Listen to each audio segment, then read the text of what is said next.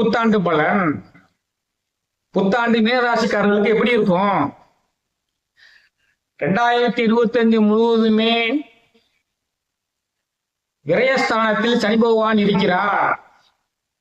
அவர் தனஸ்தானத்தையும் பார்வையிடுகிறார். ஆக சனி பகவான் 2025 முழுவதுமே விரயஸ்தானத்தில் இருப்பதால் விரயம், வீண் செலவுகள் அதிகமாக இருக்கும். தனஸ்தானத்தை பார்வையிடுவதால் தனவரவு தடைப்பட்டு கொண்டிருக்கும். எச்சரிக்கையாக இருக்க வேண்டும். அந்த இடத்திற்கு ராகு பகவானும் 12ஆம் இடத்திற்கு மே மாதம் வரப்போகிறார்.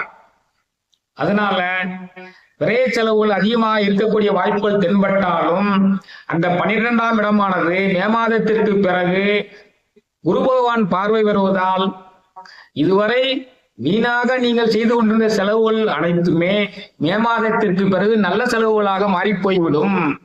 மே மாசம் வரைக்கும் அந்த செலவு ஊராமே ஒரே செலவா இருக்கும். என்னடா இப்படி வந்ததெல்லாம் போயிட்டு இருக்கேன்னு நினைப்பீங்க. அதே செலவுகள் மே மாசத்திற்கு பிறகு நல்ல செலவாக மாறி போயிடும். மீனராசிக்காரங்க கவனமா கேட்டுக்கிடுங்க. மே மாசத்துக்கு பிறகு நீங்க செய்யக்கூடிய செலவுகள் எல்லாம் பயனுடையதாகிவிடும்.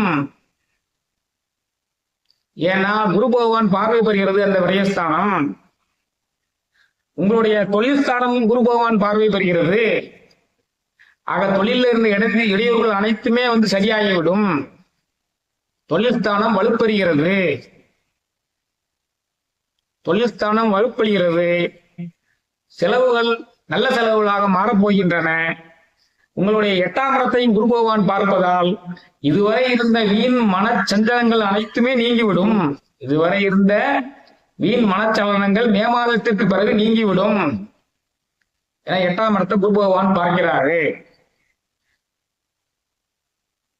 சனி பகவான் 12ஆம் இடத்தில் இருந்து கொண்டு விரைய செலவுகள் ஏற்படுத்தி கொண்டு 6ஆம் இடத்தையும் பார்த்து கொண்டிருப்பதால் எதிரிகளால தொந்தரவு, உடல்நல தொந்தரவு இதெல்லாம் ஏற்பட்டு கொண்டிருக்கிறது. அவர் 2ஆம் இடத்தையும் பார்த்து கொண்டிருப்பதால் யாருக்கும் கடன் கொடுக்காதீங்க, யாருக்கும் ஜாமீன் கையெழுத்து போடாதீங்க. கடன் கொடுத்தாச்சுன்னா மீனராசிக்காரங்க நீங்க இப்ப கடன் கொடுத்தீங்கன்னா வராது. ஜாமீன் கையெழுத்து போட்டா நீங்க தான் கட்ட வேண்டியிருக்கும். உங்கள் ராசிக்கு 8ஆம் இடம், 10ஆம் இடம், 12ஆம் இடத்தை பார்க்கறதுனால தொழில் மேம்பாடு அடையும். செலவுகள் சுப செலவுகளாக மாறிவிடும். இதெல்லாமே நன்றாக இருக்கிறது. நீங்கள் செய்ய வேண்டியது எச்சரிக்கையாக இருக்க வேண்டியது பொருளாதார விஷயத்தில் கவனமாக இருக்க வேண்டும். யாருக்குமே ஜாமீன் போடக்கூடாதுங்க. இதான் சுருக்கமா சொல்ல போனா 2025 முழுவதுமே நீங்க யாருக்கும் கடன் கொடுக்க கூடாது, யாருக்கும் ஜாமீன் கையெழுத்து போடக்கூடாது.